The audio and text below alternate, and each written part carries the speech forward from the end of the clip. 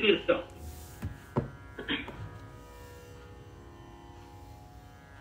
काल आपण श्री रामहृदयाचा पूर्वभाग आणि त्यानंतर पार्वती मातेचं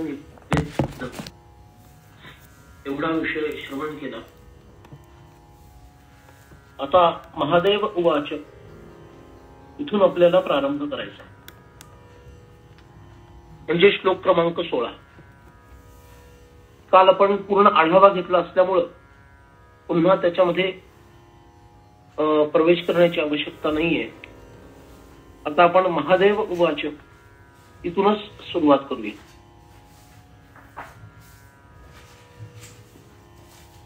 श्री महादेव उवाच धन्यासी भक्तासी परात्मनस्त्वं यज्ञातुमिच्छा तव रामतत्त्वम् पुराणकेनाप्यभिचोदितोऽहं वक्तुं रहस्यं परमं निगूढम्. भगवान शिवशंकर आता उपदेश करायला प्रारंभ करतायत. आपली शंका पार्वती मातेनं समोर उपस्थित केली. त्याचा संदर्भ त्यांच्या मागच्या अवताराशी पण होता. हा विषय आपण काल प्रश्नोत्तराच्या ओघामध्ये बघितला.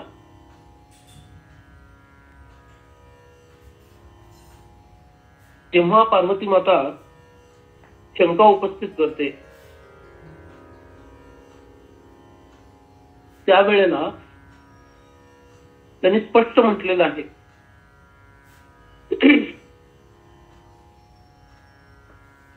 त्यांनी जो विलाप केलाय आपल्या पत्नीसाठी तो त्यांच्या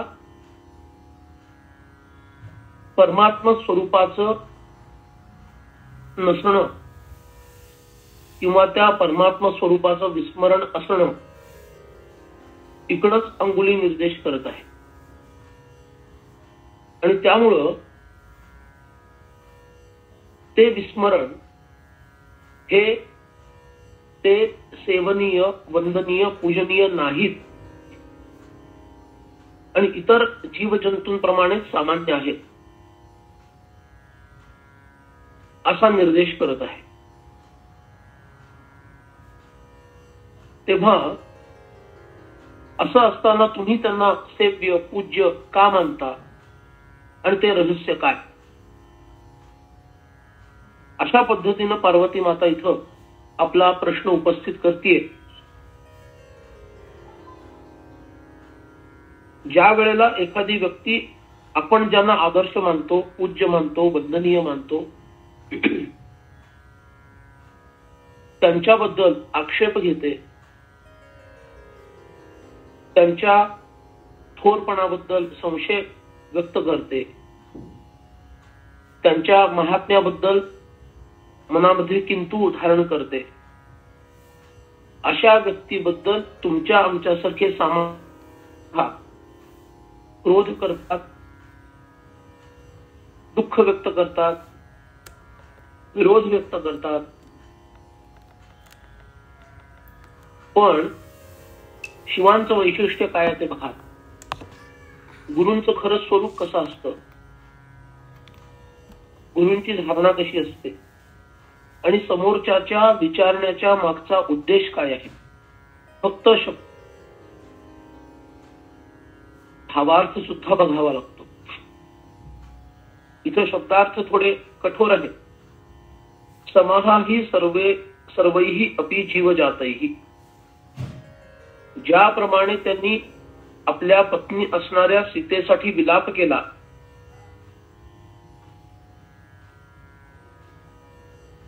ते जे चक्षुर्वै सत्यम आहे, चक्षुर्वै सत्यम यालाच प्रत्यक्ष प्रमाण असं म्हणतात. प्रमाणांचे जे 3 मुख्य भेद आहेत योगशास्त्रात, त्याच्यातलं प्रत्यक्ष प्रमाण त्याला एक महत्व आहे. प्रत्यक्ष अनुमान आणि शाब्द त्याही व्यतिरिक्त इतर काही प्रमाण आहेत, ऐतिह्य प्रमाण वगैरे, पण त्यामध्ये शिरायची आवश्यकता नाहीये.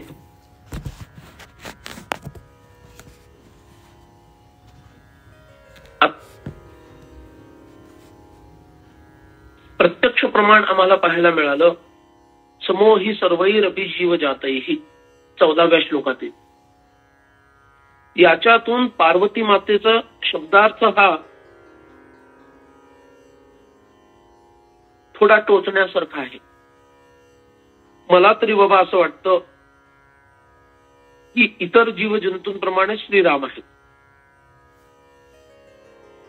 म्हणजे पूजनीय वंदनीय असे ते नाहीये. आता भगवान शिव तर अखंड रामनामामध्ये रामध्यानामध्ये असताना असं एखाद्याने आपल्या परम आराध्याबद्दल काहीतरी बोलावं म्हणजे ते अगदीच साधारण आहेत बरं. आणि तुम्ही मात्र सतत त्यांचं नाम घेत असता. असं आपल्या परम आराध्याबद्दल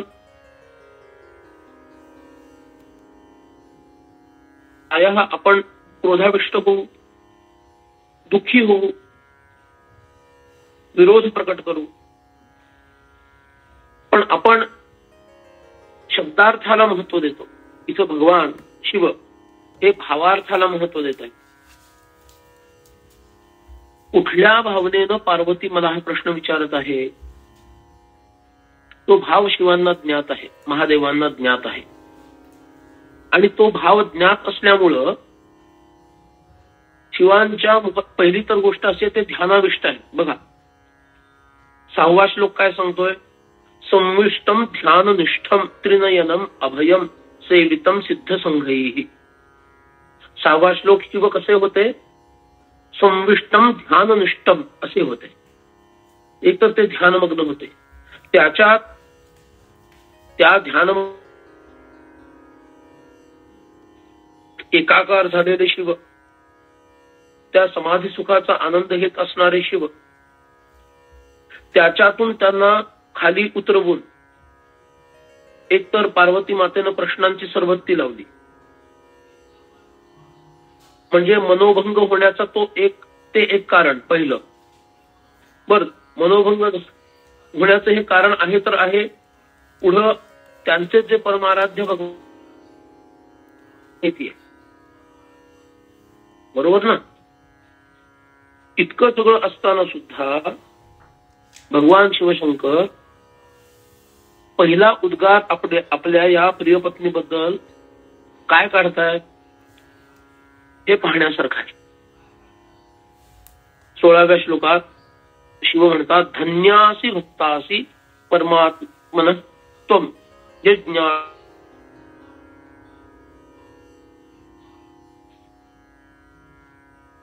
एका दृष्टीनं जर नीट विचार केला तर शिवांना काय बघायचं आणि काय नाही बघायचं हे योग्य पद्धतीनं कळतं. त्यांचं नावच शिव आहे. शिव शब्दाचा अर्थ काय आहे. कल्याणकारी, पवित्र. जे कल्याणकारी आहे त्याला शिव म्हणतात. म्हणून ते शिव असल्यामुळं पत्नीनं काय आक्षेप घेतला इकडं लक्ष न देता, कुणाबद्दल आक्षेप घेतला इकडं ते लक्ष देतात. आणि येनकेन प्रकारेनं श्रीरामप्रभूंबद्दल हिला जाणून घेण्याची इच्छा निर्माण झाली. ही रामरायांची कृपा आहे. ही भावना शिवांच्या हृदयामध्ये आहे. त्यामुळं मला एक सुचवावंसं वाटतं.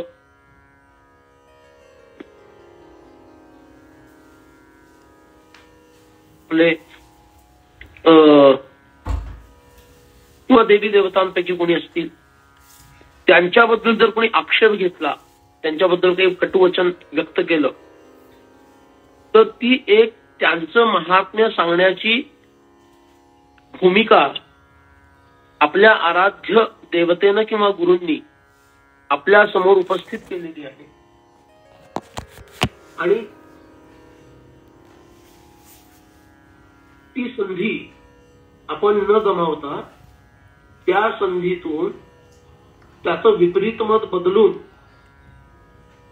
आपल्या गुरूंचं किंवा आपल्या आराध्याचं महात्म्य त्याच्यासमोर प्रस्थापित करणं म्हणजे त्याचं खंडित करून मंडित करणं, याच्यासाठी उत्तम संधी आपल्याला आपल्याच आराध्यानं दिली आहे. अशी भावना तुम्ही आम्ही ठेवणं जास्त योग्य आहे. चा विचार जर आपण केला तर ते जास्त संयुक्तिक आहे असं वाटतं. भले आपल्या आराध्याबद्दल कोणी आक्षेप घेतला असेल, काही कमी जास्त बोलणंही त्याच्या ज्या संस्कृतीमध्ये ती व्यक्ती वाढली आहे त्या प्रमाणात त्याच्या मुखातून काही शब्द निघाले असतील, तरी सुद्धा ही आपल्या आराध्याच्या महात्म्याची मंडन करण्यासाठी त्यांनीच निर्माण केलेली एक संधी आहे. या भूमिकेतून आपल्याला त्याच्याकडे बघता आलं पाहिजे. काही लोक मुद्दाम, आता थोडं विषयांतरासारखं तुम्हाला वाटेल पण एक मुद्दा सांगतो कसा तो. काही लोक शिवसमर्थ या संदर्भाबद्दल काहीतरी बोलतात, खोटंच आहे आणि खरंच आहे, अमुकच आहे तमुकच आहे. आता माझ्यासारख्या माणसाचं काय कर्तव्य आहे? माझ्यासारख्या बद्दल आणि शिवरायांबद्दल त्यांचं महात्म्य व्यक्त करण्याची त्या संधीचं मला सोनं करता आलं पाहिजे. आणि त्याच्या मनातील जर काही विद्वेष असेल किंवा त्याच्या मनातील काही भ्रम असेल, तो मी योग्य तार्किक पद्धतीनं आणि आपली पातळी न सोडता तो भ्रम त्याचा दूर करण्याचा प्रयत्न केला पाहिजे. अर्थात त्याला यश येणं न येणं हा नंतरचा मुद्दा आहे. पण मला त्यांच्या गौरवाबद्दल, त्यांच्या महात्म्याबद्दल काहीतरी बोलायला मिळालं हे माझं भाग्य आहे ना. ह्या पद्धतीनं सकारात्मक दृष्टीनं आपण कोणतीही चर्चा करायला समर्थ व्हायला हवं. म्हणून शिव इथं, अगं माझ्या आराध्याबद्दल तू काय वाटेल ते बडबडतेस,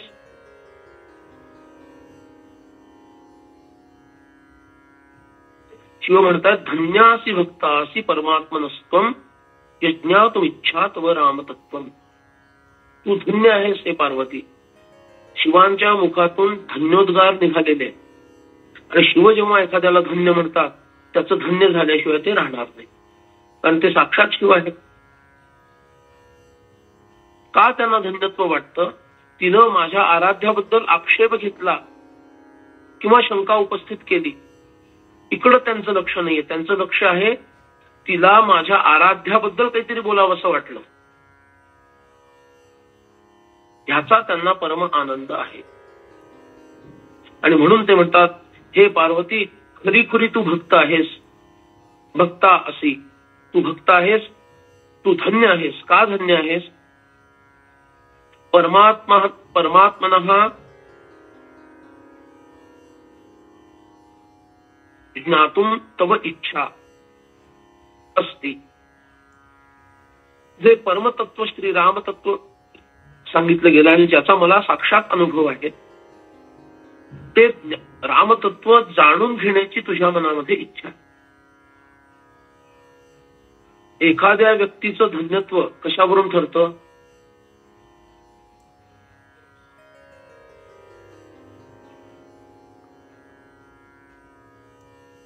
सदाचार हा थोर सांडून येतो, जनी तोचितो मानवी धन्य होतो. समर्थ धन्य गुणाला म्हणतात मनाच्या श्लोकात? सत आचार, सतकडं नेणारा आचार. आधी राखावा आचार, मग पहावा विचार, आचार विचारे पहिलं पार पाविजेतो. या तत्वानुसार सतकडं म्हणजे त्या परमात्म्याकडं नेणारा आचार, तो थोर आहे, त्याचा त्याग करू नये. आणि त्याचा त्याग न करणारा म्हणजे धर्मामध्ये स्थिर असणारा जो कोणी आहे, जनी तोची तो मानवी धन्य होतो. तोच खरा धन्य आहे. श्रीमद शंकराचार्य धन्य कोणाला म्हणतात? यत ब्रह्मतत् समुपासितमेक चित्तैः धन्यास्ते विरेजुरितरेच भवपाशबद्धाः. जे ब्रह्मतत्वाची उपासना करतात, मग ते सोपाधिक असो निरुपाधिक असो, ते सगुण ब्रह्म असो निर्गुण ब्रह्म असो, ज्याच्या त्याच्या अधिकारानुसार आणि रुचीनुसार तो विषय आहे. त्याला सगुण ब्रह्म ची ओढ असेल, एखाद्या आचार्यांसारख्या श्रीधर स्वामींसारख्या महापुरुषांना निर्गुण ब्रह्माची ओढ असेल, जी काही त्याची उपासना आहे त्या साधकाची. यत ब्रह्मतत् ब्रह्माची जो उपासना करतो, धन्याहा ते विरेजुः इतरेच भवपाशबद्धाः, तेच जगामध्ये धन्य म्हणून विराजमान आहेत, शोभून दिसतात. इतर लोक तुमच्या आमच्यासारखे हे तसे आहेत, भवपाशानं बांधले गेलेले आहेत. म्हणून महापुरुषांनी धन्य कुणाला म्हटलं हे समजून घेणं गरजेचं आहे. शिव कुणाला धन्य म्हणतात हे समजून घेणं गरजेचं आहे. शिवांना आपली पत्नी, आपली भक्त असणारी पार्वती ही धन्य वाटते. याचं कारण तिला रामतत्व जाणून घेण्याची इच्छा आहे. भले तिच्या मनात संशय आहे, लेट इट बी. संशय जरी असला तरी सुद्धा संशय रामतत्वाबद्दल आहे हे महत्वाचं आहे. त्यामुळे ती धन्य आहे असं त्यांना वाटतं. आणि भगवान पुढे म्हणतात, त्यांना आणखीन एक आनंद झालेला आहे शिवांना. तो तर फारच हृदयंगम आहे. त्यांना आणखीन एक आनंद झाला. एखादी सुंदर गोष्ट पहिल्यांदा जर कोणी काही म्हटलं ना तर त्याचं एक वेगळं अप्रूप असतं बघा. एखादी छानशी गोष्ट, सुंदर अशी गोष्ट पहिल्यांदा जर कुणी तुमच्याकडे त्या गोष्टीची मागणी केली किंवा तुम्हाला सुचवलं किंवा तुम्हाला सांगितलं, तर पहिल्यांदा जर कोणी काही सांगितलं असेल तर त्याचं एक वेगळं अप्रूप असतं. शिवांचं तसंच झालेलं आहे. शिव काय म्हणतायत, पुरा न केनापि अभिचोदितः अहम वक्तुम रहस्यम परमम निगूढम. रामतत्व हे अत्यंत रहस्यपूर्ण आहे. म्हणून वेदांमध्ये एक विभागच येतो, राम रहस्योपनिषद. रामांचं रहस्य काय आहे ते सांगणारं एक श्रुतीच आहे. श्रीधर स्वामींनी त्याचा खूप त्यांच्या वाङ्मयामध्ये या रामरहस्याचा उल्लेख केलेला आहे. ते रहस्यपूर्ण आहे. भगवान शिव म्हणतात, मला राम रहस्य म्हणजे रामरायांचं जे निगूढ आहे, अत्यंत गहन आहे. हजारो किलोमीटर खोल अशी एखादी दरी असावी, हजारो किलोमीटर गुप्त अशी एखादी गुहा असावी आणि त्या गुहेच्या टोकाला काय आहे हे शोधणं जितकं रहस्यपूर्ण आणि अवघड आहे, तितकंच हे रामाचं तत्व जाणणं अवघड आहे. असं हे निगूढ, परमनिगूढ, अत्यंत निगूढ, अत्यंत असं गहनीय तत्व रहस्य हे सांगावं असं याच्यापूर्वी मला कोणीच प्रेरणा दिली नाही, कोणीच मागणी केली नाही, कोणीच प्रार्थना केली नाही. ती मागणी, ती प्रार्थना, ती प्रेरणा माझी प्रिय भक्त असणारी हे पार्वती तू आज केलेली आहेस. आणि म्हणून त्या रामरहस्याला जाणण्याची तुझी तीव्र इच्छा पाहून तू धन्य आहेस असं मला वाटतं. असं भगवान शिव आपल्या प्रिय पत्नीला पार्वतीला म्हणत आहे. किती प्रेमळ संवाद सुरू आहे बघा, किती सुंदर सुखसंवाद. समर्थ जे म्हणतात ना, जनी वाद विवाद सोडून द्यावा, जनी सुख संवाद सुखे करावा, ते हेच आहे सगळं, वेगळं काही नाहीये. आम्ही वादविवादाकडे वळतो, शिवांनी विवादाकडे न वळता संवादाकडे नेलं, नाहीतर हा विषय विवाद्य होऊ शकला असता. कुणाबद्दल बोलतेस तुला माहितीये का, ते माझे किती आराध्य आहेत तुला माहितीये का, आणि तरी सुद्धा तू त्यांच्यावर असा आक्षेप घेतेस वगैरे वगैरे. काय झालं, वादविवाद सुरू झाला. पण त्यांना सुखसंवाद साधायचा आहे. वाद विवाद सोडून द्यावा, सुख संवाद सुखे करावा.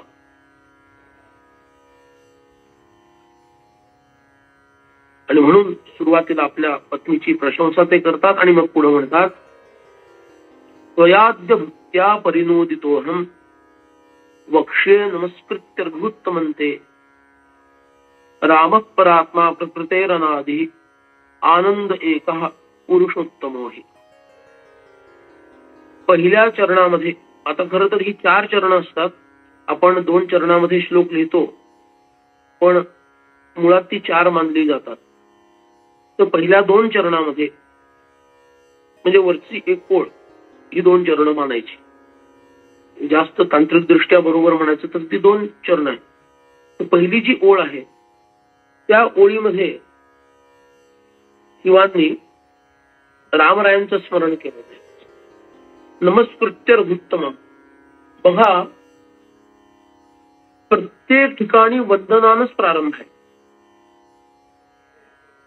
म्हणून तुम्हाला थोडा विषयांतर वाटेल तुम्हाला, पण नमश्शांताय हा जो जप आहे इतका सुंदर आहे. सुरुवात नमनानी, शेवट नमनानी.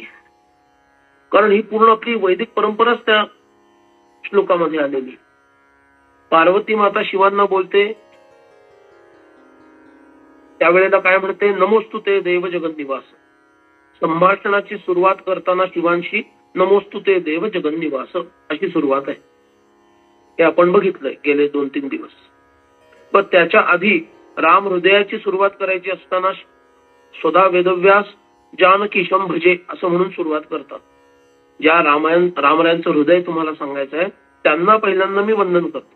तम जानकीशम भजे हा पहिल्या श्लोकाने इथून सुरुवात झाली आहे. पुन्हा दुसऱ्या श्लोकात अहम नमामी अशीच आहे.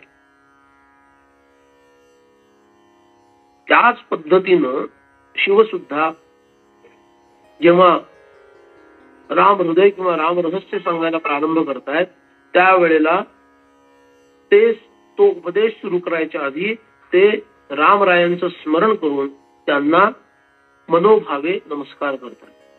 नमस्कृत्य रघुत्तमम्.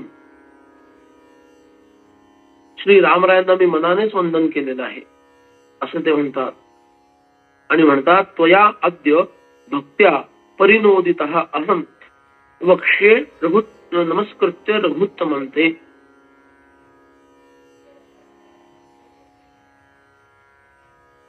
तुझ्या या भक्तीमुळे मी अत्यंत आनंदित झालेलो आहे. परिनोदितोहम, अत्यंत प्रसन्न झालेलो आहे. आणि श्रीरामरायांना मी वंदन करतो. आणि आता तुला श्रीराम कोण आहेत प्रत्यक्ष हे सांगतो, हे सांगायला सुरुवात करतो. पक्षे रघुत्तम ते, त्या रघुत्तमाचं महात्म्य सांगायला तुला सुरू करतो. आणि मग 3-4 चरणामध्ये म्हणजे दुसऱ्या ओळीमध्ये शिव प्रत्यक्ष उपदेश प्रारंभ करतात 17व्या श्लोकापासून. राम परात्मा प्रकृतेरनादिही. कोण आहेत श्रीराम? ते परात्मा आहे. प्रकृते हे अनादिही, प्रकृती निर्माण होण्याच्याही आधी ते होते. प्रकृतीच्या न आधी. प्रकृतीला सुद्धा ज्यांचा उगम सापडत नाही. अनादि शब्द याचा अर्थ न आधी असा करायचा. जेव्हा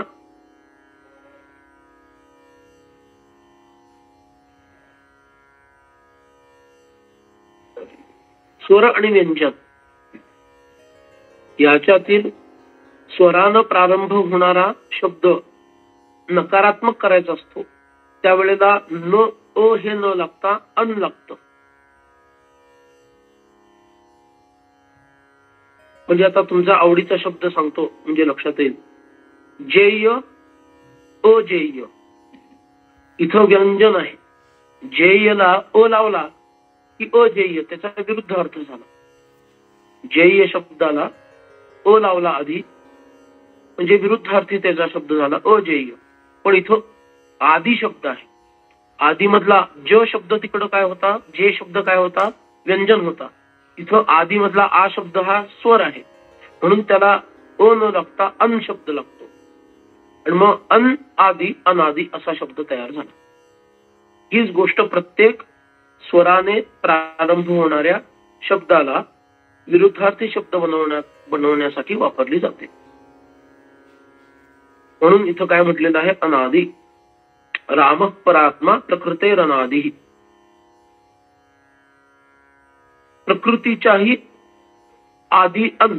अन म्हणजे प्रकृतीलाही ज्याचा आदि सापडत नाही म्हणजे सुरुवात सापडत नाही, त्या मूळ मायेला सुद्धा ज्याची सुरुवात सापडत नाही, ज्याचा उगम सापडत नाही असा तो प्रकृते हे अनादि. आनंद एकहा पुरुषोत्तमोही. तो एक आहे आणि त्याचं स्वरूप आनंद हे आहे आणि तो पुरुषोत्तम आहे. आता याच्यातच इतका सगळा गुह्य अर्थ आहे की हे सगळं जर सांगितलं तर एवढा श्लोक होऊन जाईल आज आपला. त्यामुळे थोडं विस्तार म्हणजे मध्यम स्वरूपामध्ये सांगून पुढे जाऊया. राम शब्द याचा अर्थच मुळात आनंद असा आहे. यो रमते लोकान रमयते स रामः. जो स्वतःच्या स्वतः आनंदात असतो त्याला आत्मक्रीड आत्मरत असे उपनिषदातले शब्द आहेत. जो स्वतःशीच खेळतो आत्मक्रीड, आत्मरत स्वतःमध्येच रती म्हणजे प्रेम त्याला वाटतं, त्याला बाहेर जावेसं वाटतच नाही, आत्म्यामध्ये जो रममाण असतो, ठीक आहे ना, तर तोच राम आहे. राम तो प्रकृतीच्याही आधीपासून आहे आणि राम शब्दाचा अर्थ आनंद असल्यामुळं त्यांनी आनंद हा शब्द दिलेला आहे. असा तो आनंद स्वरूप सच्चिदानंदामधला जो आनंद आहे ना तो हा आनंद आहे. बरं, तुमच्या आमच्या तुम्हा आम्हाला जो विषयानंदचा अनुभव आहे तो विषयानंद आणि राम हे एक नाहीये. सच्चिदानंदामधला जो आनंद आहे, जो निर्विषय आनंद आहे, तो निर्विषय आनंद म्हणजे श्रीराम आहे. विषयानंद म्हणजे श्रीराम नाही, तर निर्विषय असणारा आनंद जो आहे तेच रामराय आहेत. आणि का ते आनंद स्वरूप आहेत माहितीये का? एकहा, खरा आनंद एकत्वामध्ये आहे, हा वैदिक सिद्धांत आहे. अनेकत्वामध्ये तुम्हाला आनंदाची अनुभूती येणार नाही, त्याला आनंदावभास असं म्हणतात. आनंदाचा आभास वाटेल पण अनुभूती खऱ्या आनंदाची येणार नाही. कारण आनंद हा आतमधून बाहेर येतो, बाहेरून आत येत नाही. एखादं उदाहरण घेतलं म्हणजे समजायला सोपं जाईल. ज्या वेळेला एखादी व्यक्ती त्याला आवडणारा पदार्थ मनापासून खात असते त्यावेळेला त्या व्यक्तीचं लक्ष त्या पदार्थाहून अन्यत्र जात नाही आणि त्या रसाचा आस्वाद घेण्यात, ज्याला रसास्वाद असं आपण म्हणतो, त्या रसाचा आस्वाद घेण्यामध्येच त्याला एकत्वाची अनुभूती येते. तो तेवढ्या वेळापुरता जगापासून तुटतो. तो विशिष्ट प्रिय पदार्थ आणि तो हे दोघच एकरूप जवळपास होऊन जातात. जितकी एकरूपता वाढेल तितका आनंद वाढतो, जितकी एकरूपता कमी होईल तितका आनंद कमी होतो. आणि इतक्या मनापासून तो पदार्थ खात असतो त्याच्या आवडीचा, इतका तो त्याच्याशी एकरूप होतो की त्याला वाटतो तो पदार्थ खाण्यातून मला आनंद मिळतोय, जेव्हा की तो आनंद त्याला त्या एकत्वाच्या अनुभूतीतून म्हणजे त्या आत्म्यापासून मिळत असतो.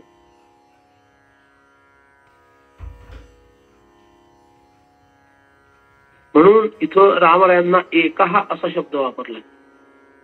तोच एक आहे, त्याच्याशिवाय कोणी नाहीये. त्यालाच आपण शेष शेषी संबंध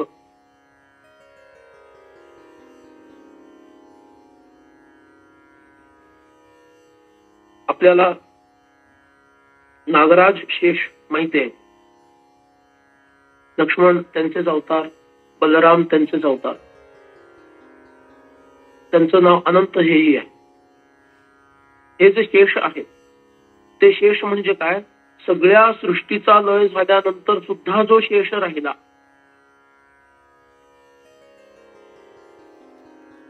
शेष राहणारा किती असतो? एकच असतो.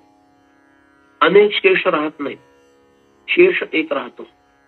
आणि तो शेष ज्याच्या अधिष्ठानामुळे राहिला तो शेषी झाला. तो कोण झाला? शेषी झाला. आणि शेषी हा परमात्मा म्हणजे राम आहे आणि शेष म्हणजे लक्ष्मण आहे किंवा इकडं बलराम आहे. ज्यांच्यामुळे तो शेष राहतो ते किती मोठे आहेत. शेष हा आणि शेषाच्या मागे असणारा शेषी आज घ्यायला पाहिजे. तो एकमात्र आहे म्हणून तिथं आनंद आहे. अनेकत्वामध्ये आनंद नाही म्हणजेच दुःख आहे. आणि तो पुरुषोत्तम आहे. पुरुष शब्दाचा अर्थ परमात्मा असा होतो. पुरुष शब्दाचा अर्थ वेदांतामध्ये पुरुष म्हणजे मेल असा नाहीये. वेदांतामध्ये पुरुष शब्दाचा अर्थ आत्मा किंवा परमात्मा वाचक तो शब्द आहे. पुरे शेते स पुरुष हा. समर्थांनी दासबोधात म्हटलं, देह पुरातील ईश म्हणून नाम पुरुष. सगळं वेदांत समर्थ वेदातूनच सगळं सांगतात. देह पुरातील ईश म्हणून नाम पुरुष. देहरूपी पुरामध्ये, पुरामध्ये म्हणजे गावामध्ये किंवा महानगरामध्ये, देहरूपी महानगरामध्ये इथला सगळ्यात मुख्य राजा, ईश म्हणजे शासक म्हणून जो असतो, म्हणून त्याचं नाव पुरुष असं आहे. म्हणजेच तो आत्मा.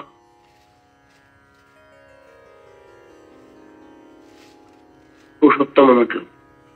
पुरुषोत्तम शब्दाचा अर्थ, पुरुष हा शब्द आत्मा या अर्थानं घेतला तर पुरुषांमधला उत्तम म्हणजे सर्वांना व्यापून राहणारा परमात्मा या अर्थानच पुरुषोत्तम शब्द घेणं उचित आहे. म्हणून मर्यादा पुरुषोत्तम हे भगवंताचं जे नाव आहे ना, त्यामध्ये मर्यादा शब्द धर्मवाचक आहे आणि पुरुषोत्तम हा शब्द ब्रह्मवाचक आहे. हे विसरायचं नाही. श्रीकृष्णांच्या अवतारामध्ये लीला पुरुषोत्तम हा जो शब्द आहे, तो लीला हा परमहंसीय लीला या संदर्भामध्ये आहे आणि पुरुषोत्तम हा शब्द ब्रह्मवाचक आहे. कारण तिथं धर्माचं आचरण करण्यासाठी त्या अवतारामध्ये भगवंतांनी धर्मराज युधिष्ठिरांना अवतार घ्यायला लावला. म्हणून धर्माचं आचरण युधिष्ठिरांनी केलं.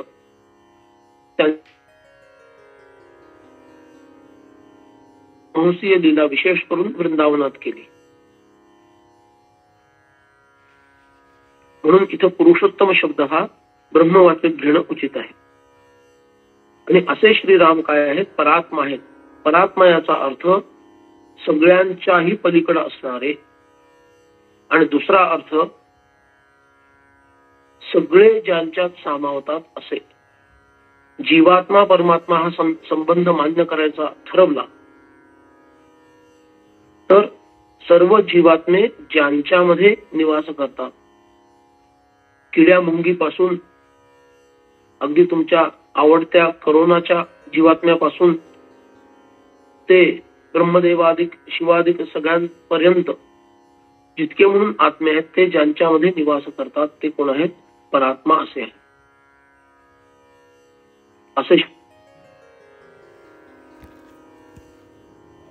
एक पुरुषोत्तम आहे. म्हणून ज्याला ज्याला आनंदाची प्राप्ती करण्याची इच्छा आहे त्यानं एकत्वाचा अभ्यास करायला पाहिजे. आपल्याला अनेकत्वाचा अभ्यास इतका अधिक झालेला आहे की आम्हाला आनंदाची अनुभूतीच कधी येत नाही. आपण एकत्वापासून फार दूर आहोत. म्हणून ज्याला आनंदाची अभिप्सा आहे त्या प्रत्येकानं एकत्वाची प्राप्ती करून घेण्याचा प्रयत्न केला पाहिजे. हाच उपदेश भगवान शंकर रामतत्वाच्या संदर्भामध्ये तुम्हा आम्हाला सगळ्यांना करत आहे.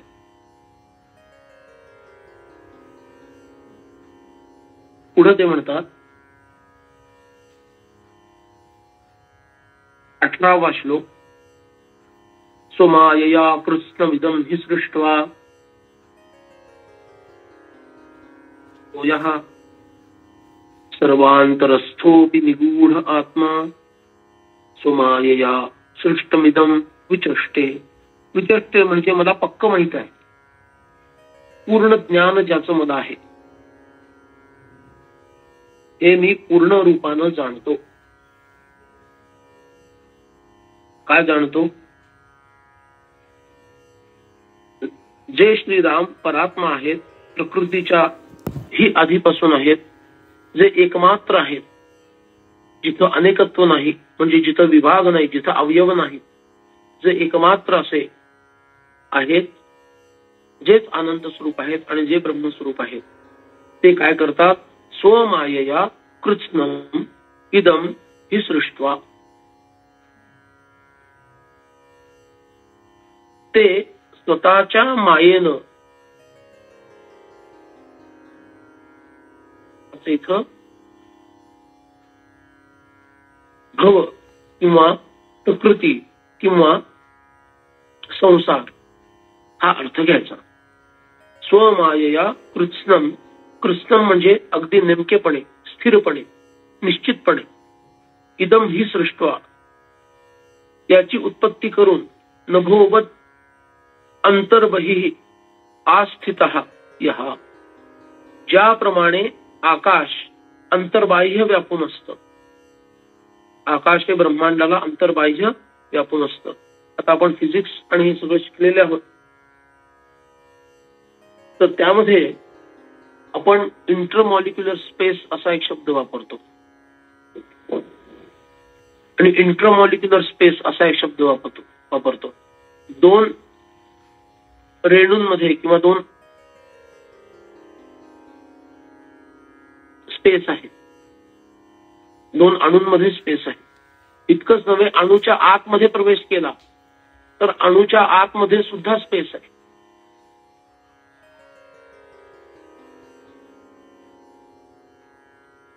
सगळं स्पेसच आहे. इतकं आकाश हे सर्वव्यापी आहे. त्यामुळं आपण एखादी भिंत जरी म्हटली तर त्या भिंतीला आरपार आकाशानं व्यापलेलं आहे. म्हणजे खरं तर आकाश याच्या कंपार्टमेंट्स आपण बनवू शकत नाही, पण शास्त्रांनी ज्याला घटाकाश, मठाकाश, महदाकाश आणि चिदाकाश असं म्हटलं, ते उपाधीमुळे आहे, कंडिशनिंग मुळे आहे. मुळात आकाशामध्ये मठाकाश पण नाहीये, महदाकाश पण नाही, पण नाहीये. आकाश हे आकाश आहे, त्याच्यात भेद होऊ शकत नाही, कारण ते अंतर्बाह्य सगळ्यांना व्यापून आहे. पण आम्हाला त्या घटामध्ये आकाश दिसतं म्हणून आम्ही त्याला घटाकाश म्हटलं. आम्हाला तो घट ज्या मठामध्ये आहे त्या मठातला आकाश दिसलं म्हणून आम्ही त्याला मठाकाश म्हटलं. तो मठ या सृष्टीमध्ये आहे म्हणून त्या सृष्टीतलं आकाश आम्हाला दिसलं, आम्ही त्याला महदाकाश म्हटलं. पण या सगळ्या उपाधी नष्ट झाल्यानंतर जे आकाश उरलं त्याला आम्ही चिदाकाश म्हटलं. हे चारी आकाश समर्थांनी दासबोधात दिलेली आहेत. हे चिदाकाश असं म्हटलं म्हणजे उपाधी विरहित आकाश. पण ही नावं आली कशामुळं? आम्ही आकाश, जेव्हा मठाकाश हा शब्द वापरतो तेव्हा शब्दाला, कुठल्या शब्दाला महत्व आहे? आकाश शब्दाला महत्व आहे की मठ या शब्दाला महत्व आहे?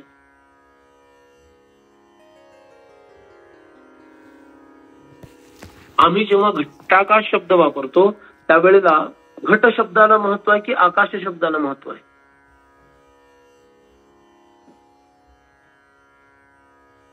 खरं सांगायचं तर महत्व असायला हवं आकाश शब्दाला, पण महत्व दिलं जातं घट, मठ, महत, चिद याला. का? कारण त्याच्या कंडिशनिंग मुळे, त्या उपाधीला प्रमाण मानून आम्ही आकाशामध्ये भेद मानले, त्या उपाधींना प्रमाण आम्ही मानलं आणि म्हणून आकाशामध्ये भेद मानले. आता हा दोष आहे की हा गुण आहे? कारण त्या उपाधीला महत्व दिलं. आम्ही जर आकाशाला महत्व दिलं ना तर त्या उपाधीची किंमतच राहत नाही. संत आकाशाला महत्व देतात, आम्ही उपाधीला महत्व देतो. त्यामुळे संतांना अविच्छिन्न असणार, कुठंही ज्याचा भेद झालेला नाहीये, विभाग झालेला नाहीये, असं जे पूर्ण व्याप अशाच संतांना दिसतं, सिद्धांना दिसतं, ऋषींना दिसतं. आम्हाला मात्र घटातलं आकाश वेगळं दिसतं, मठातलं आकाश वेगळं दिसतं, महद आकाश वेगळं दिसतं. चिदाकाशाचा तर आम्हाला स्पर्श पण नाहीये, आम्हाला माहित पण नाही चिदाकाश काय आहे, कारण अनुभवच नाही. उपाधी विरहित असणं याचा फक्त आम्हाला गाढ झोपेमध्ये अनुभव. विरहिततेचा गाढ झोपेखेरीज आम्हाला अनुभवच नाहीये.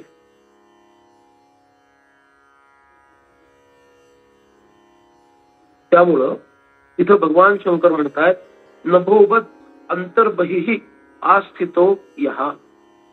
जो आकाशाप्रमाणे अंतर्बाह्य आस्थितो, नुसता स्थित नाहीये, आस्थित म्हणजे अगदी ठाण मांडून उभा आहे. ठकाराचे ठाण करी चापबाण माझे ब्रह्मज्ञान ऐसे आहे. समर्थ म्हणतात रामरायाबद्दल ठकाराचे ठाण करी चापबाण माझे ब्रह्मज्ञान ऐसे आहे. असा तो अगदी स्थिर उभा आहे, त्याला कोणी हलवू शकत नाही.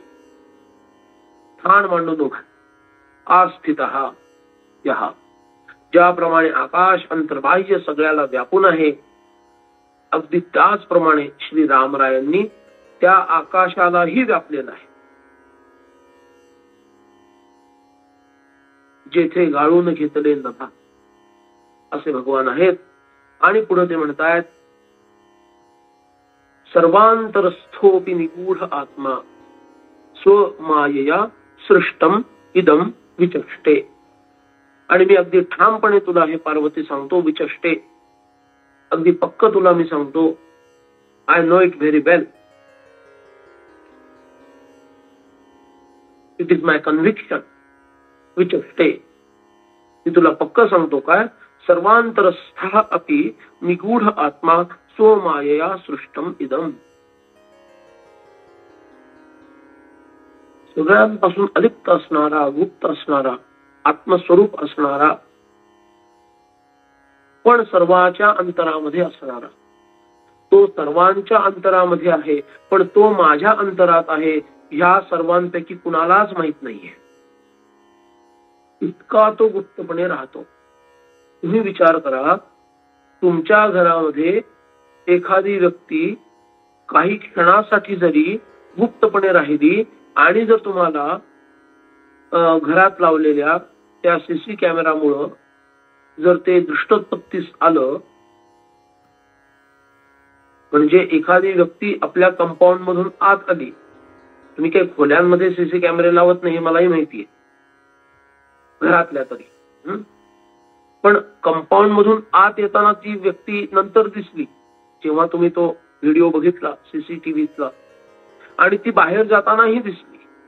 समजा की ती सकाळी 10 वाजता आत येताना दिसली आणि सकाळी 10:10 बाहेर जाताना दिसली, आणि घरामध्ये प्रत्येक खोलीमध्ये कोण ना कोण होतं त्यावेळेला, आणि तरी सुद्धा नो वन कुड नोटीस हिम और हर.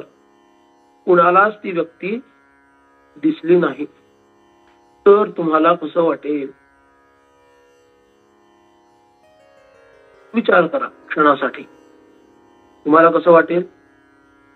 बापरे, कोण येऊन गेलं? अरे सीसीटीव्ही कॅमेरामध्ये दिसतं, पण मला बघितल्याचं, मी तर स्वयंपाकघरामध्ये काम करत होते, हा म्हणतोय मी तर ड्रॉइंग रूम मध्ये काम करत होतो, त्यांचा आणि मुलगा म्हणतो मी तर तिकडं बाल्कनी मध्ये खेळत होतो, आणि कोण काही म्हणतो, पण दिसताना तर कुणालाच कुणीच त्याला पाहिलं असं सांगत नाहीये, आणि सीसी कॅमेरामध्ये मात्र दिसतंय. कसं वाटेल आपल्याला? अरे बापरे, काय कोण होता हा? पण हे राम स्वरूप सर्व जीवांच्या हृदयामध्ये अखंडपणे निवास करून आहे.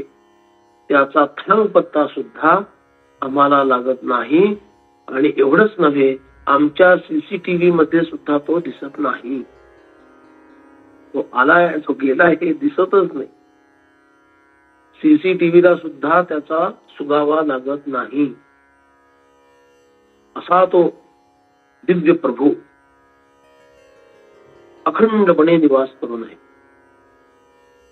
सर्वांतरस्थ अपि सर्वांच्या अंतरामध्ये तो आहे, तिथं तो निवास करून आहे. असं असलं तरी निगूढ आत्मा, अरे तो गुप्त इतका आहे, इतका गुप्त आहे की तो दिसतच नाही. सो मायया सृष्टम इदम, त्यानं स्वतःच्या मायेला हाताशी धरलं, तिला शक्ती प्रदान केली, तिच्यामध्ये ती चेतना उत्पन्न केली आणि तिनं ह्याच्या अधिष्ठानावर हे सगळं जगडव्याळ असं विश्व निर्माण केलेलं आहे. म्हणून श्री रामरायांना जाणणं हा विषय फार अधिकाराचा आणि प्रयत्नपूर्वक साधण्याचा विषय, हा गप्पा गोष्टींचा विषय नाही. असं शिवशंकर आपल्या प्रियपत्नी असणाऱ्या पार्वतीला सांगण्याचा इथं प्रकल्प करत आहे.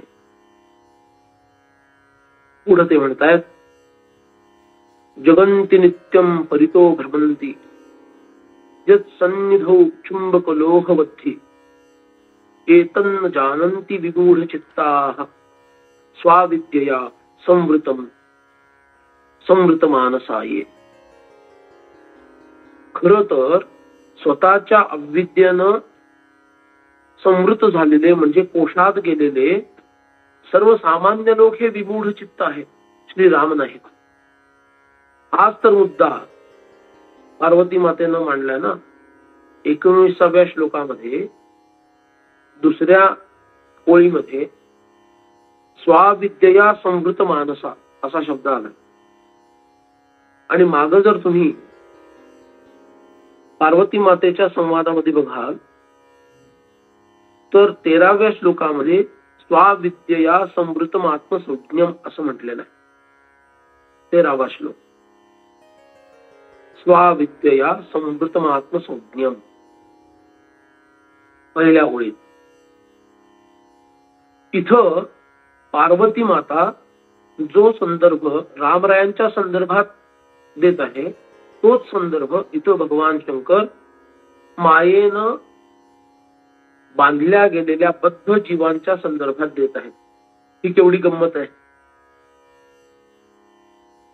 रामरायांबद्दल पार्वती मातेनं म्हटलेलं 13व्या श्लोकामध्ये, वदंती केचित परमोपि राम स्वाविद्यया संवृतमात्मसंज्ञम. स्वतःलाच कोशामध्ये घालून घेतलं आणि तो स्वतःलाच जाणेनासा झाला असं काही लोक म्हणतात, असं मी ऐकलंय. हा जो आक्षेप होता पार्वती मातेचा तर तो निराश करण्यासाठी शिव आता 19व्या श्लोकात काय म्हणताय, जगन्ति नित्यं परितो भ्रमन्ति यत् सन्निधौ चुंबकलोहवद्धि एतन्न जानन्ति विमूढ चित्ताः स्वाविद्यया संवृतमानसाये. जगन्ति म्हणजे अनेक जग, कोट्यावधी जग, अनंत जग. नित्यम परितो भ्रमन्ति, त्याच्या भोवती फिरतात. ही सर्व जगत जे आहे, अनंत जग जे आहे, ही सर्व परितो भ्रमन्ति, त्याच्या भोवती भोवती फिरतात आणि सदैव फिरतात. कशी फिरतात? ज्याप्रमाणे चुंबकाने लोखंडाला ओढून घ्यावं. लोह किस असतो ना, आयर्न पावडर, त्याला त्या चुंबकानं ओढून घ्यावं आपल्याकडं. अशी ही जग सुद्धा म्हणजे ही सगळी ब्रह्मांड त्या परमात्मा रूपी चुंबकाकडे ओढली जातात आणि त्याच्या अनुशासनाप्रमाणे ते वागतात. जेव्हा चुंबक वेगळं होतं त्यावेळेला लोखंडाचे गुण वेगळे, फिजिकल प्रॉपर्टीजचा विचार करतोय आपण, केमिकल प्रॉपर्टीजचा नाही.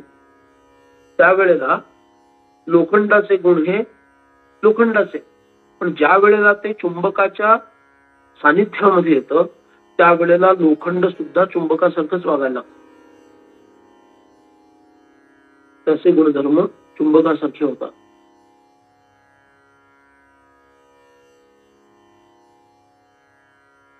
चुंबक लोखंडाला ओढतं, लोखंड चुंबकाला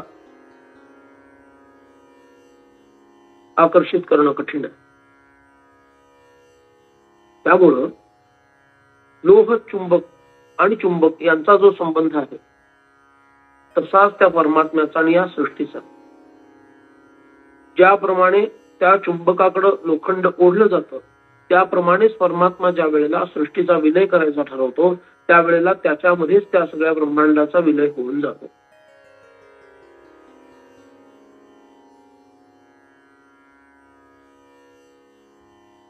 असा तो भावार्थ आहे. म्हणून हे सगळं जग आणि ही अनंत ब्रह्मांड त्याच्या एकट्याच्या इशाऱ्यावर चालतात. तो एकटा हे सगळं चालवतो. आणि हे तत्व एतन न जानन्ति विमूढ चित्ताः, ज्यांची बुद्धी अपरिष्कृत आहे, ज्यांची बुद्धी अज्ञानानं बाधित आहे, असे विमूढ चित्त जे आहे ते हे तत्व जाणत नाही. एतत् न जानन्ति विमूढ चित्ताः, अज्ञानी जनांना हे कळत नाही. का? ते विमूढ चित्त आहेत, ते वेडे आहेत, त्यांना सत्य माहित नाहीये.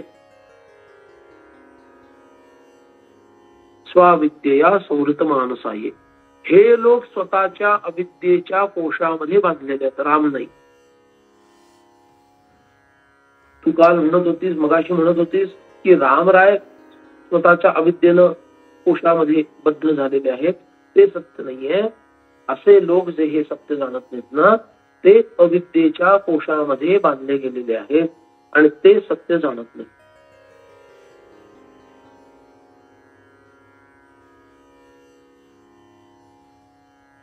जर आपण स्वतःचा किंवा आम्हा लोकांचा विचार जर आपण केला की आमची स्थिती काय आहे, हो ती सुद्धा अशीच आहे. आम्ही आमच्या अज्ञानाच्या कोशामध्ये बांधले गेलेले आहोत. जे सत नाही म्हणजे असत किंवा मिथ्या आहे त्याला सत मानून बसलो आहोत, आणि जे सत आहे त्याला मिथ्या किंवा असत मानून बसलेले आहोत. तो कोशच इतका जबरदस्त आहे अविद्येचा की त्या अविद्येच्या कोशामुळेच आपण खाली खेचले गेलेले आहोत. समर्थांनी आत्मारामामध्ये म्हणून ठेवलं,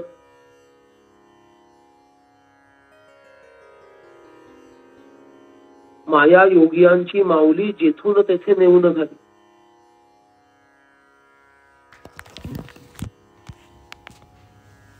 माया ही कशी आहे? योग्यांची माऊली आहे, आई आहे योग्यांची.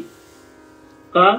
जिथून तो वेगळा झाला भगवंतापासून तिथंच त्याला नेते, म्हणजे भगवंताच्या जवळ घेऊन जाते आणि आपण वेगळी होते, स्वतः बाजूला होते आणि परमात्म्याशी त्याचा तदा त्या माया.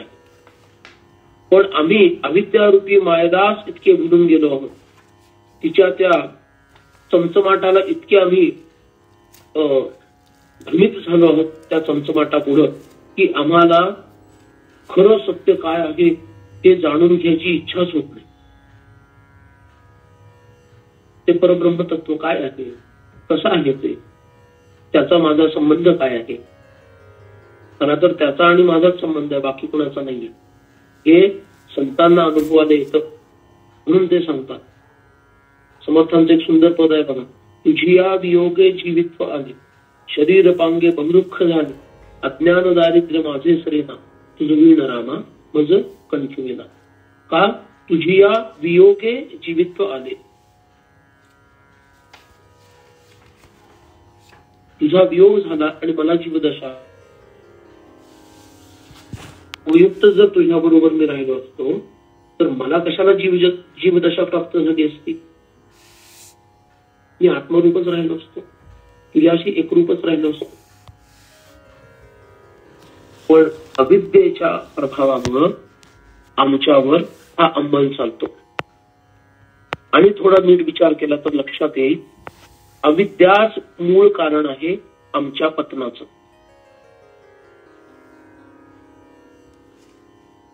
क्रम आहे. अविद्या काम आणि कर्म या तिघांचा ज्याला निराश करता आला तो जिंकला.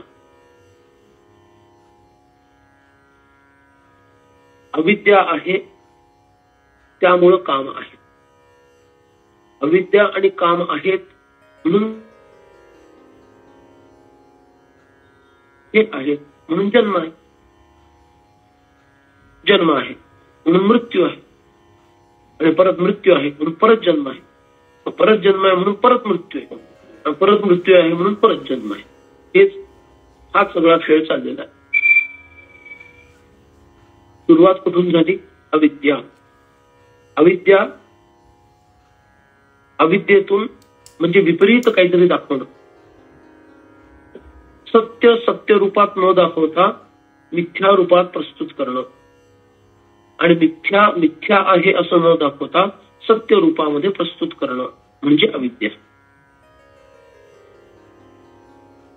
संसारात सुख नाही हे ज्ञानी लोकांचा हा अनुभव, पण संसारातूनच सुख घ्यायचं असतं असं आमच्या समोर प्रस्तुत करणारी ती म्हणजे अविद्या.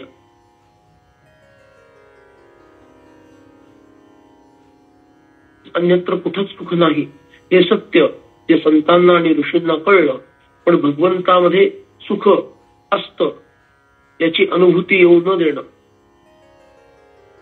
आणि प्रपंचातच सुखाची प्राप्ती करण्यासाठी उद्युक्त करणं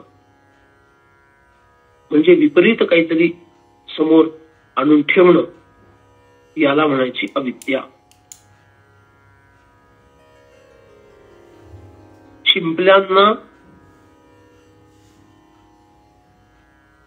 चांदी मानणं अविद्या. सोन पितळाला सोनं मानणं अविद्या.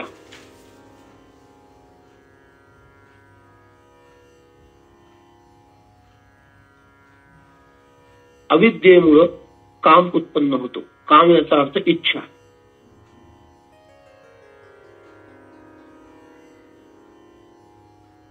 अविद्या असली तर इच्छा आहे. इच्छा काय आहे? भगवंतापेक्षा भिन्न असणाऱ्या म्हणजेच संसारापासून सुख मिळवणं ही इच्छा म्हणजे काम. वेदांतातल्या संदर्भात काम विकार या दृष्टीनं तो वेगळा अर्थ आहे. काम क्रोध लोभ मोह मद मत्सर हे षड्रिपू जे आहे, काम षड्रिपूंच्या संदर्भामध्ये जो आहे ना तो वेगळा. इथं काम शब्दाचा अर्थ काय? परमात्म्यामध्येच सुख आहे असं न वाटता परमात्म्यापेक्षा भिन्न असणाऱ्या संसारातून सुख मिळेल अशी इच्छा निर्माण होणं, त्या इच्छेला काम असं म्हणतात. पण ती का निर्माण झाली? अविद्येमुळे झाली. अविद्या नसती तर ती इच्छा अशी विपरीत निर्माणच झाली नसती. अविद्या आहे काय? संसारातून सुख मिळवण्याची इच्छा आहे.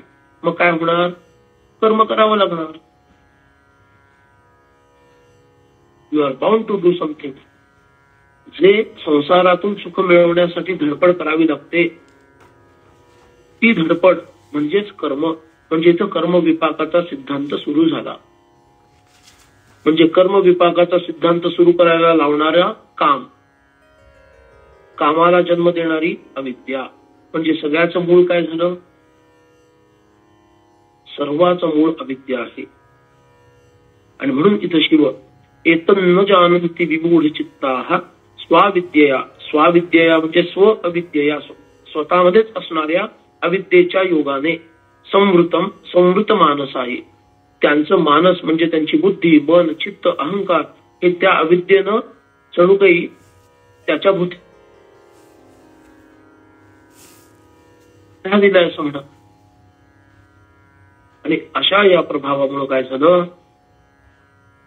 ते जडबुद्धी असणारे त्या परमात्म्याला परमात्म्या रूपात न पाहू शकता जगालाच सत्य मानून बसले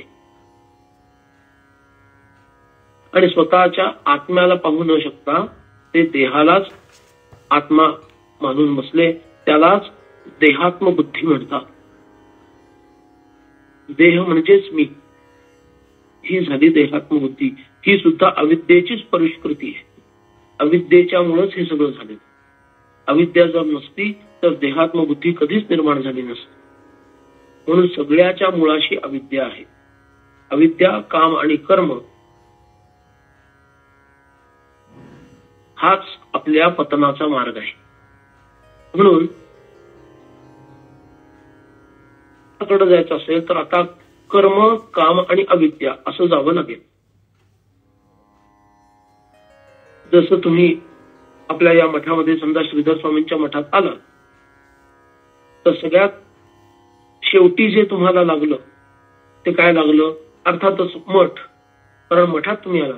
परत जाताना जे शेवटी लागलं ते पहिल्यांदा लागणार.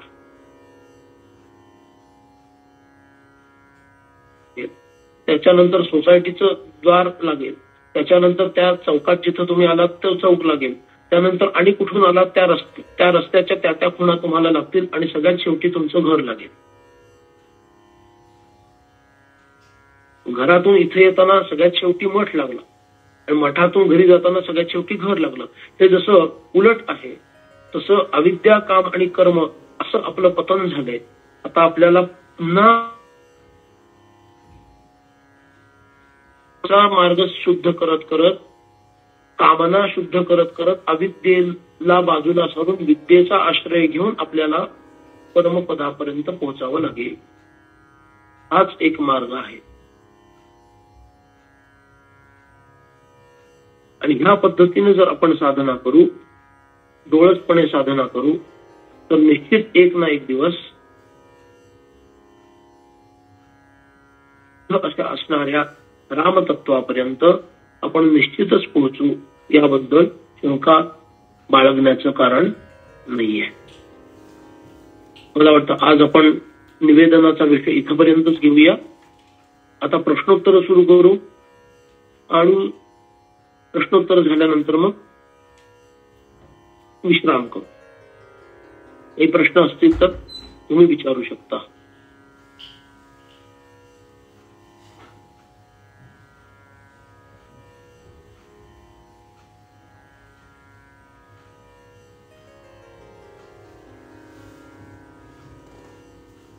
लीलाताई बोला. लीलाताई बोला. हा, आता आवाज येतोय? येतोय.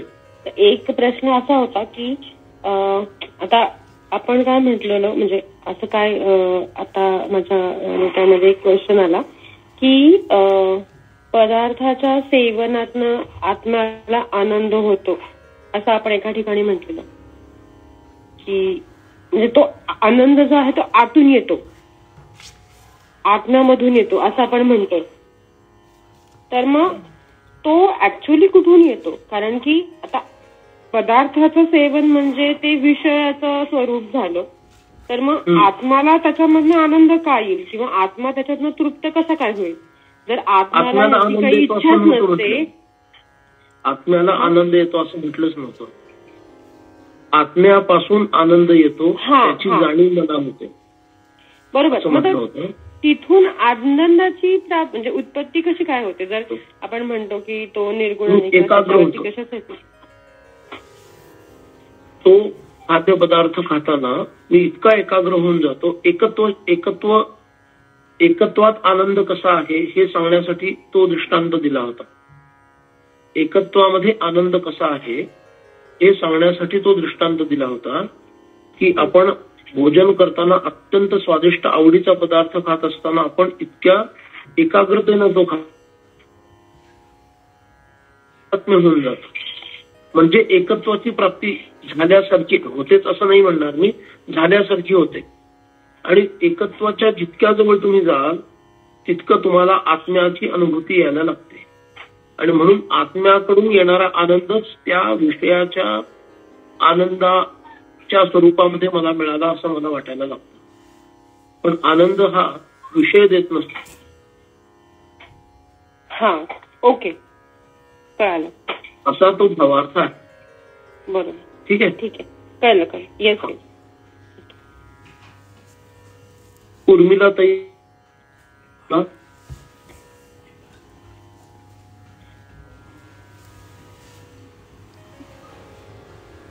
उर्मिला त्यांना परवानगी दिली आहे बोलायची.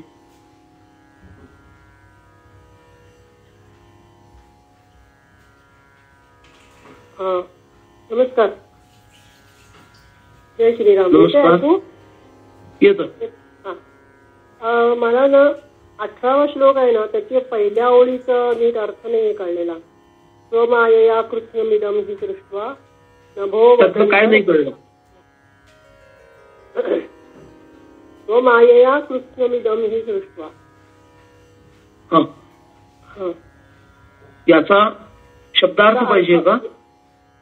या ओळीचा अर्थ माझ्या लक्षात नाही आलेला.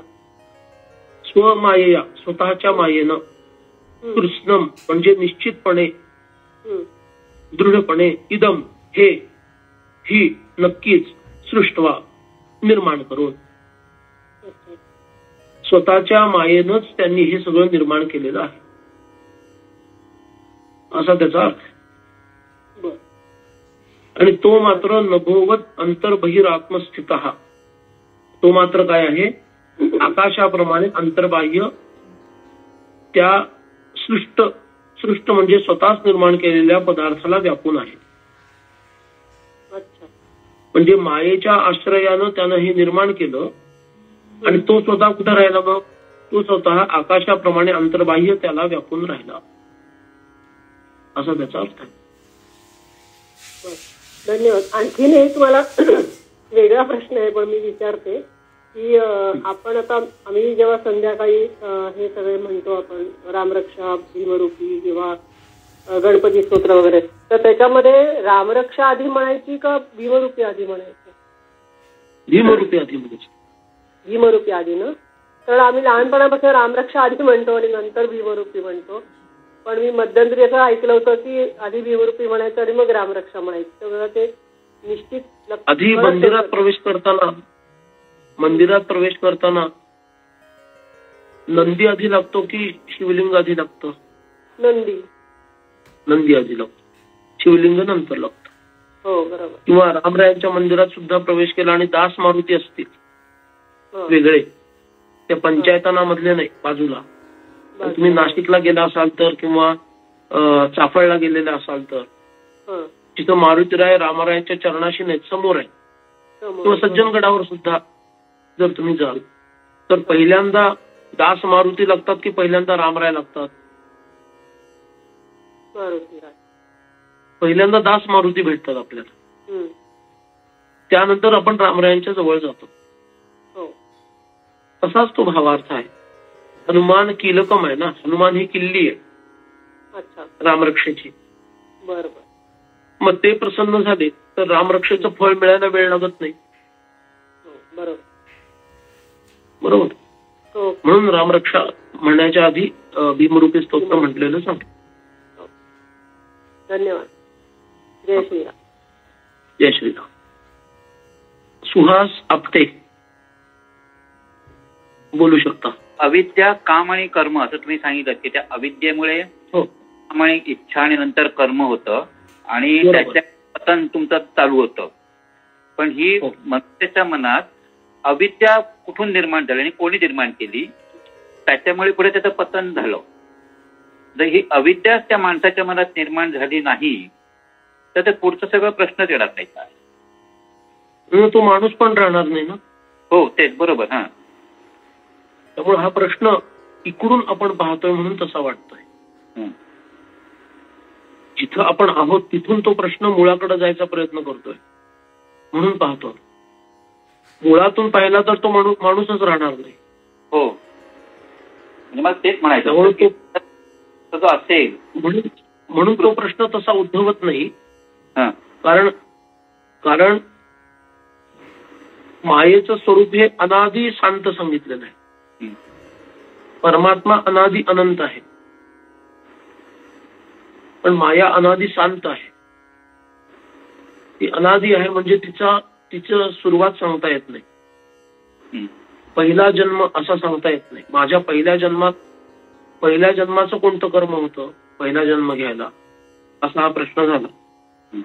आपण असं म्हणतो ना, हा जन्म म्हणजे आतापर्यंतच्या जन्मांचा विपाक आहे. बरोबर. मग असं कधीतरी असेल काळ की ज्या वेळेला माझा पहिला जन्म झाला. मग त्या पहिल्या जन्म होण्यासाठी कोणतं कर्म होतं, त्याला म्हटलं अमुक कर्म होतं.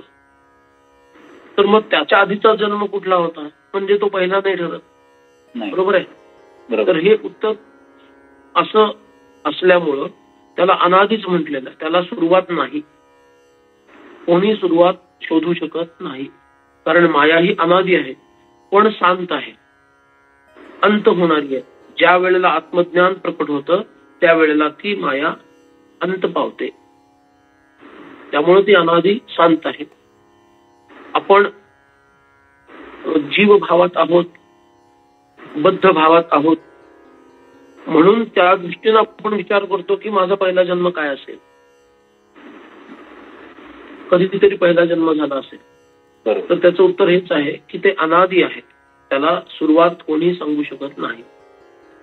आता अविद्या आहे हे दिसतंय, त्याच्यावर काम केलं पाहिजे, हे त्याचं उत्तर. शुभरात्री. जय जय रघुवीर समर्थ.